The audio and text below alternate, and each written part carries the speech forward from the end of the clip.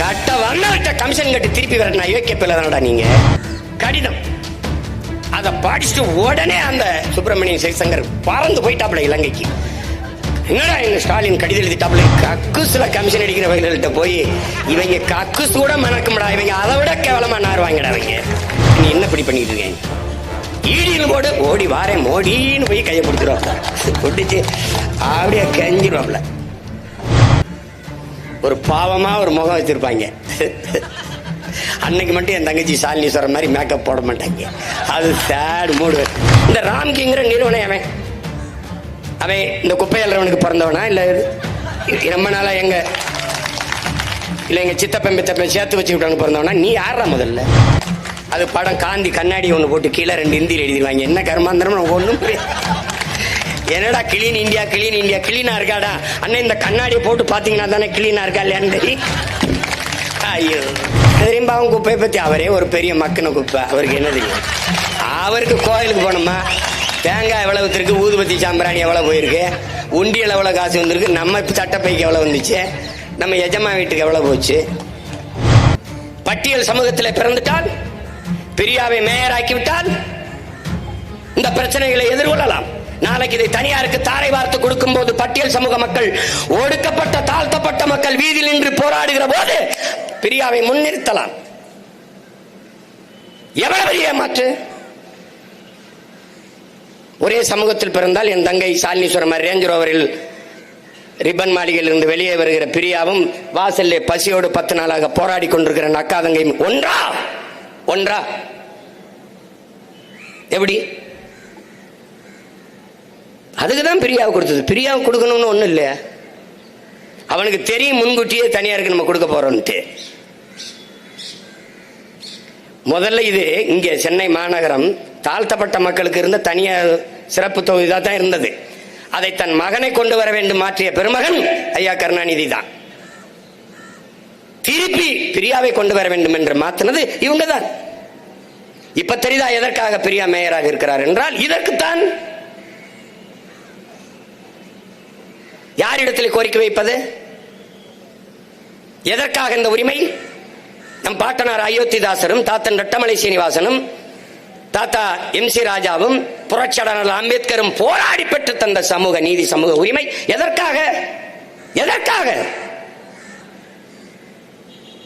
எதற்காக? இந்த அடிப்படை உரிமையை கூட இழந்து நம்மவர்கள்ட்டே நாம் போராடி நிற்கிறதுக்கா? நியாயமாக பிரியா மேயர் இந்த போராடி கொண்டிருக்கிற நம் அம்மா தங்கச்சிகளோட உட்கார்ந்து போராடி இருந்தால், புரட்சியாளர் அம்பேத்கர் கொடுத்த சமூக நீதியிலே நம்முடைய பாட்டன் அயோத்திதாசன் மட்டமலை சீனிவாசனும் MG ராசாவும் போராடி பெற்று தந்த சமூக நீதி, சமூக இந்த இதுல நமக்கு நியாயம் இருக்கு. ஏற்கனவே 5-6 மண்டலத்தில் அதிமுக ஆட்சியிலே தனியாருக்கு கொடுத்தாச்சு. இப்ப நீங்க வந்து பேசுறீங்களே அப்படின்னு. நீங்க எதிர்கட்சியா இருக்கும்போது கொடுத்ததை இப்ப 4.5 ஆண்டுகளாக நீங்கள் நிறைவேற்றவில்லையே. 4.5 ஆண்டுகள் பொறுத்திருந்தார்கள் எமது மக்கள். இப்ப நிறைவேறும், அப்ப நிறைவேறும். அவர்கள் கேட்பது ஒண்ணு இல்லையே. 23,000 63,000 சம்பளம் கூட ஒண்ணும் கேட்கல. என் தம்பி சொல்ற மாதிரி 30,000 கொடுத்தா கூட 51 கோடி தான் தேவைப்படுது. அப்ப 2,700 கோடி ஒரு ஆண்டு ஒன்றுக்கு 10 மாசத்துக்கு வருது. ஒரு மாசத்துக்கு 270 கோடினா 10 மாசத்துக்கு 2,700 கோடி வருது. இப்ப மாசத்துக்கு 50 கோடி தான் தேவைப்படுது.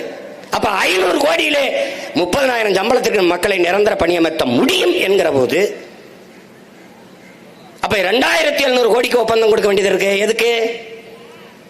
எதற்காக? அதுல 1000 கோடி உனக்கு கமிஷன், அவனுக்கு கமிஷன், அந்த முதலாளிக்கு கமிஷன். இந்த ராம்கிங்கிற நிறுவனம் அவன் இந்த குப்பையல்றவனுக்கு பிறந்தவனா இல்ல ரொம்ப நாளா எங்க சித்தப்பன் பித்தப்பன் சேர்த்து வச்சு விட்டவனுக்கு பிறந்தவனா? நீ யாரா முதல்ல? நீ யாரு? நீ ஏண்டா குப்பையல்றது கூட வாடா சம்பாதிக்க நினைப்பிய? கக்குஸ்ல கூட வாடா. ஐயோ ஐயோ, அதான் நான் சொன்னல, இவங்க இது கவர்மெண்ட் கிடையாதுரா, கமிஷன் மண்டி. இவங்க கமிஷன்.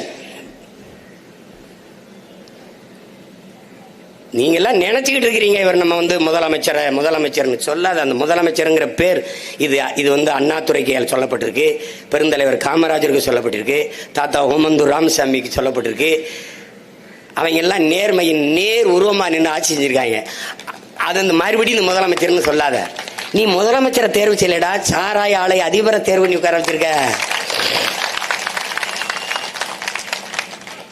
மீனவன் 14 பேரை கைது பண்ணிட்டா, இடி ரைடு வந்தா ஓடி போற இவர் 40 பாராளுமன்ற உறுப்பினரை வச்சுக்கிட்டு கடிதம் எழுதுறாப்லடா. போஸ்ட் மாஸ்டர் தேர்வு பண்ணி வச்சிருக்கடா நீ. Post master email, internet, Instagram எல்லாம் இருக்கிற காலத்துல கடிதம் எழுதுறாங்களடா. இவங்களை என்னடா பண்ண சொல்றாங்க? இவங்களை வச்சுக்கிட்டு நீ என்னடா பண்ண? கடிதம் அதை படிச்சுட்டு உடனே அந்த சுப்பிரமணியன் சிவசங்கர் பறந்து போயிட்டாப்ல இலங்கைக்கு. என்னடா எங்க ஸ்டாலின் கடிதம் எழுதிட்டாப்ல, நீ என்ன இப்படி பண்ணிட்டு இருக்கேன்? ஈடின்னு போடு, ஓடி வாரேன் மோடின்னு போய் கையை பிடிச்சிருவாப்ல. பிடிச்சி அப்படியே கெஞ்சிருவாப்ல. ஒரு பாவமா ஒரு முகம் வச்சிருப்பாங்க. அன்னைக்கு மட்டும் என் தங்கச்சி சாலினி சொல்ற மாதிரி மேக்கப் போட மாட்டாங்க. அது சேட் மூடு வேணும்ல, ஒரு சேட் மூட். அந்த ஆள் கிளீன் இந்தியான்னு போட்டு அவங்க பண்ண நாடகம் தெரியும்ல. இப்ப அவர் தான் கூட்டி வந்து, வாப்பா கிளீன் இந்தியா பாய்ஸ் இங்க வாங்க, எங்க அம்மா அப்பா எல்லாம் அப்படி உட்காந்து தெருவில் கிடக்குறாங்க, இங்க வாங்க. இந்த பாருங்க வருவாங்க, சாக்கில் கொண்டு வருவாங்க, மூட்டை அவங்களே எடுத்துட்டு வருவாங்க. நீங்கெல்லாம் பாருங்களேன், டாச்சியை கொண்டு வருவாங்க. திஸ் பிளேஸ் ஓகே, கேமரா எல்லாம் ஓகே கொட்டுவாங்க. கொட்டினோடனே எல்லாம் டச்சப் எல்லாம் முடிஞ்சோடனே அந்த கூட்டுற பெருக்கிறத வச்சுக்கிட்டு okay okay okay okay clean India high. அது படம் காந்தி கண்ணாடி ஒன்று போட்டு கீழே 2 இந்தியில் எழுதிடுவாங்க. என்ன கர்மாந்திரம் ஒன்றும் என்னடா கிளீன் இந்தியா கிளீனா இருக்காடா அண்ணன், இந்த கண்ணாடியை போட்டு பார்த்தீங்கன்னா தானே கிளீனா இருக்கா இல்லையான்னு தெரியும்.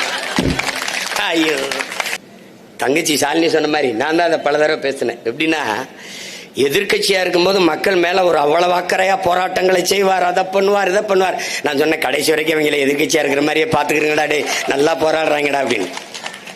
என்ன இந்நேரம் எதிர்கட்சியா இருந்தா என்ன ஆகுச்சு? இதே சேகர் பாபு சம்மனத்தை போட்டுட்டு எந்திரிக்க மாட்டாப்ல. அவருக்கு என்ன தெரியும் பாவம், குப்பையை பத்தி அவரே ஒரு பெரிய மக்கின குப்பை. அவருக்கு என்ன தெரியும்?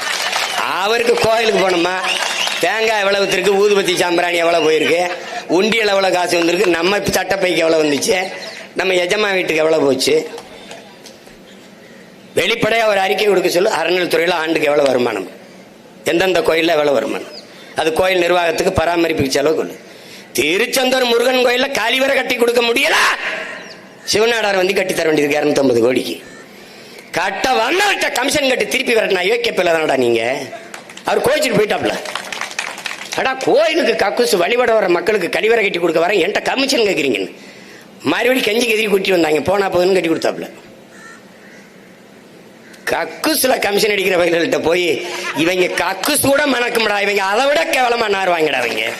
நீ இவங்களை போய் பேச்சுக்கிற. நீங்க தங்கச்சி சொல்லிச்சுல சாலினி, உள்ள விடல, அந்த அறைக்குள்ளே இந்த துப்புரவு பணியாளர்களை விடாதீங்க, போதாதீங்க, அவளே கூட்டி பெருகிட்டோம், அவங்களே அள்ளிக்கிட்டுன்றேன்,